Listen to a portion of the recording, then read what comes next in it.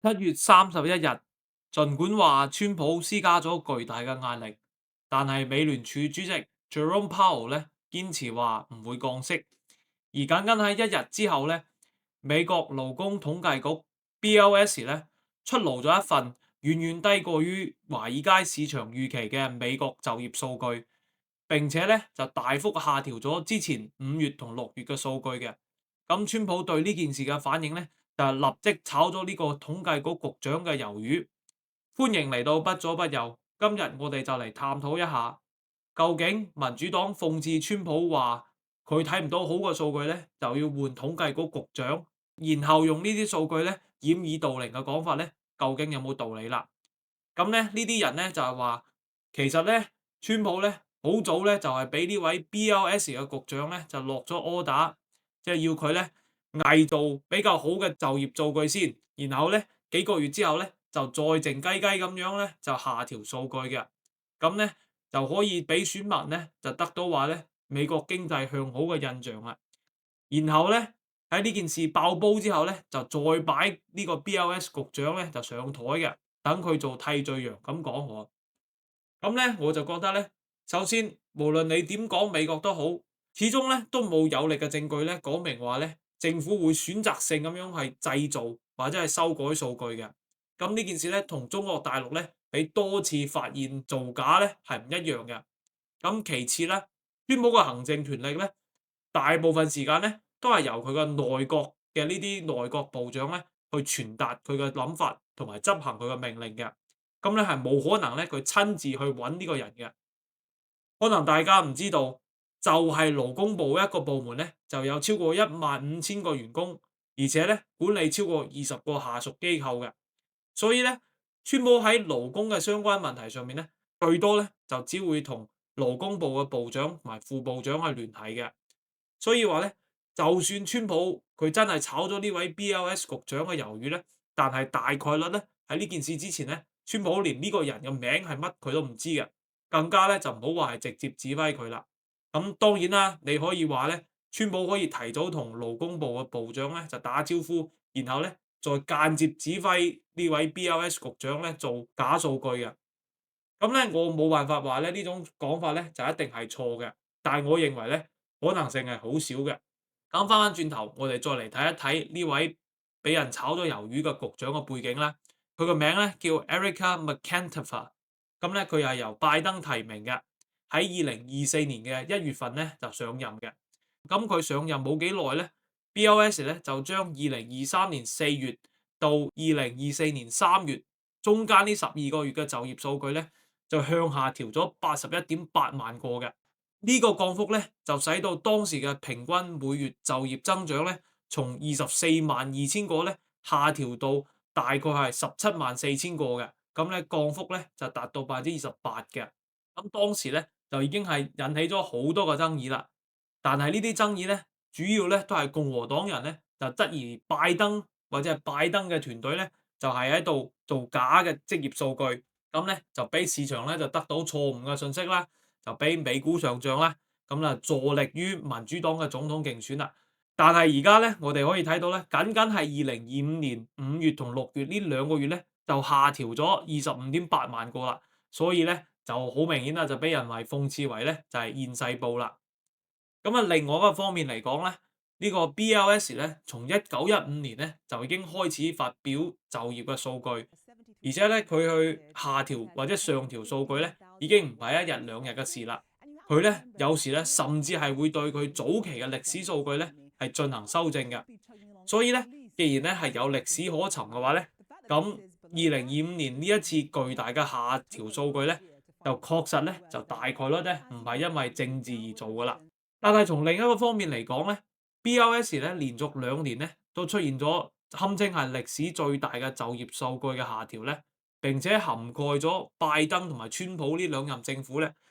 咁既然我哋大概率認為咧佢唔係政治動機咧，咁就更弊啦，因為佢講明咧呢個數據咧係有問題嘅。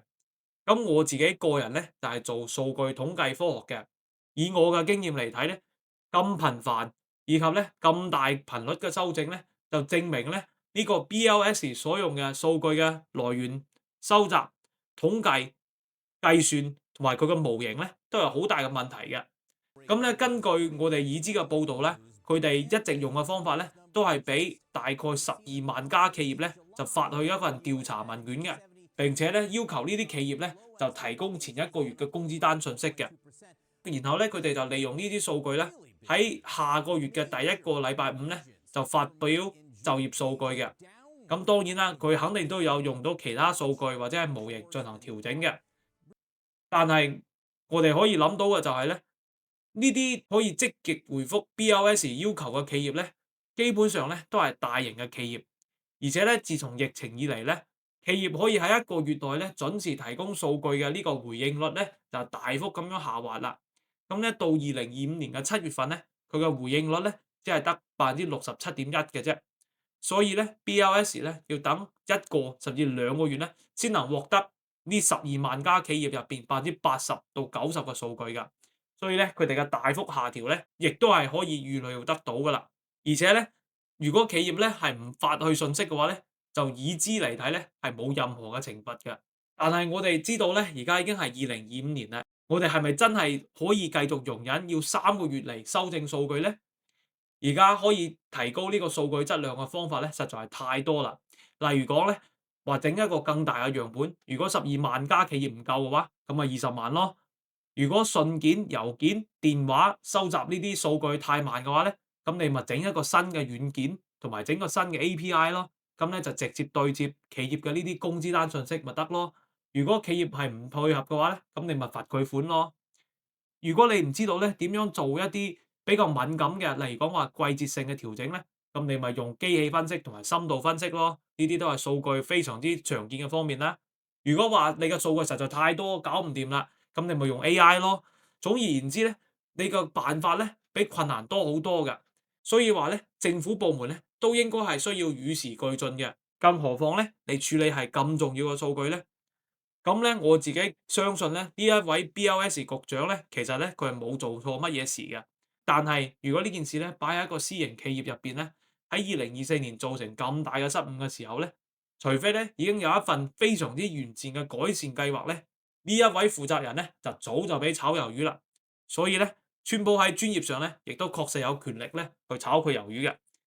不過你如果話咧，川普呢個行為咧，完全係因為佢嘅專業能力咧，咁亦都冇咁簡單嘅。咁呢個肯定咧，亦都係有政治一份嘅。咁對於好似 CEO 咁樣嘅決策者咧，咁去炒手下嘅員工咧，除咗係一個手段之外咧，亦都係一種表態嘅。咁就表示咧，佢自己咧對一啲方面咧係非常之不滿嘅。同時咧，亦都係一種警告。咁咧就同其他人講，你哋需要醒醒定定啦。咁我哋之前咧已經講過好多次啦，川普咧係商人，就係管理美國咧就好似管理佢自己一間公司一樣，所以咧佢主要咧就係用呢種方法咧嚟去佢自己嘅支持者表示咧，政府咧已經喺嘗試喺度解決呢個問題。咁不過咧呢個問題咧係咪真係話炒一個人嘅魷魚咧就可以解決咧？佢咧就冇咁上心啦。同時咧，我認為咧呢件事咧都可以視為咧對美聯儲主席 Jerome Powell 嘅一種警告㗎。咁我哋眾所周知咧，Powell 咧就一直就唔肯降息㗎。咁 Powell 咧一直唔肯降息嘅其中一個原因咧，就係話咧就業市場咧需求係非常之強勁嘅，所以咧就唔需要降息咧嚟刺激經濟。但係既然咧 BLS 咧自己擺自己上台咧，咁咧川普就話：咁我乾脆咧就炒你 BLS 局長嘅魷魚。咁咧 Jerome Powell 啦，就我同你講到明啦。而家咧市場就業增長咧係慢咗嘅，所以咧係需要美聯儲嚟降息嘅。好，咁就算你而家有所謂嘅免死金牌，喺明年咧之前咧冇辦法炒咗你，我一樣咧可以同你施加更大嘅壓力㗎。你下個月9月份嘅會議上面，而家你已經知道啦，之前嘅就業數據咧係有水分嘅。咁咧而家通脹咧又趨於穩定，而且咧我哋有咁多貿易協議咧已經喺度逐步達成嘅情況下咧，如果你仲係堅持唔降息嘅話咧，咁就唔單止咧就係摧毀咗你嘅聲譽，甚至咧連美聯儲嘅聲譽咧都係會受到影響，包括喺政治上咧有可能有更多嘅動作啦。所以咧，川普咧又係借啲意咧，又發起咗極限施壓呢一招啦。可以話咧，就係對 Powell 咧係敲山震虎嘅。咁至於話咧，Powell 做嘅事咧，究竟啱唔啱咧？咁呢一個咧就係下一次嘅話題啦。咁如果你中意咁樣深入嘅中立分析嘅話咧，就記得鎖定不左不右啦。今日嘅節目時間就差唔多啦，多謝，下次再會。